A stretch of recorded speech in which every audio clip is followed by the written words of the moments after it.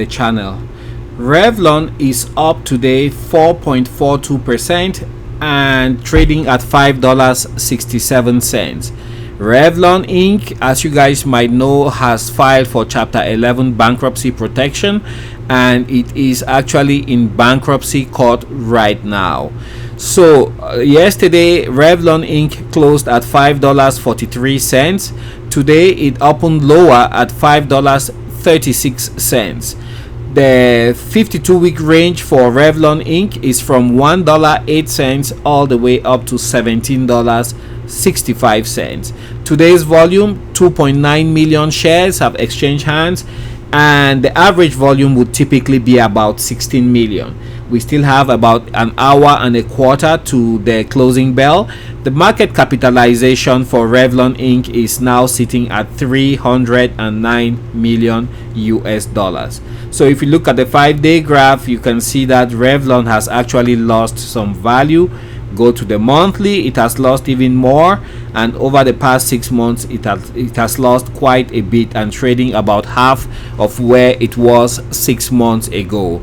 Now we are very unclear about what will happen with the bankruptcy proceedings, but we know that some shareholders have constituted themselves in a group and want to be represented in court during the bankruptcy proceedings.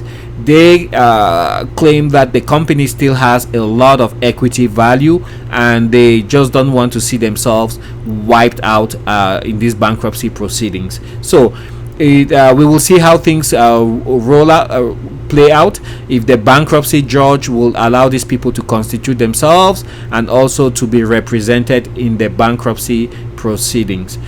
We also learned that Revlon Inc. has just signed a deal with a company based out of Sacramento in California, and that concerns a packaging deal.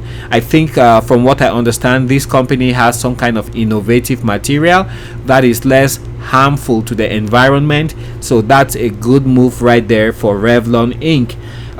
Bankruptcy proceedings do not mean the company is shutting down definitively, but all what it does is it protects the company from its creditors, and in that way the company can still it has a chance to reorganize itself, and it may emerge from the other end usually stronger.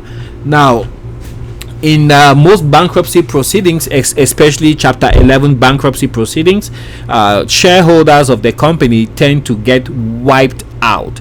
So shareholders of the common stock of Revlon Inc. stand a real possibility of seeing themselves wiped out. So I don't know how these shareholders will how things will play out for them, but at least they've appealed to the bankruptcy judge. Just think about it. If you had, let's say, $200,000 6 months ago in Revlon, now it's worth just $100, $100,000. So you just got wiped out of $100,000 because you believed in the company and invested in the company, whereas the company still has real estate, it still has inventory in the shops. The company is worth a lot. This is a company that was founded in the 1930s, so over all this time it has acquired a lot of equity, and that equity is worth quite something. And some of their brands that they have, I think like Elizabeth Arden, those are selling quite well in the stores, and the bankruptcy judge approved them for a loan so that they could get their suppliers to produce cosmetics for them, and for them to be ready by the holiday season, which would be Thanksgiving and Christmas. So that's what's going on with Revlon. I think actually that the company still has a lot of equity, and those shareholders do have a point. So we will see what happens with the bankruptcy judge, if he allows these shareholders to take part in the proceedings, and who knows, the company might actually bounce back and you might end up not having these shareholders wiped out. So be careful investing in Revlon, but so far it's still a good play for those who know exactly when to pull out.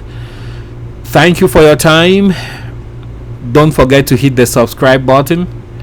I will catch you guys on the next video. Bye now.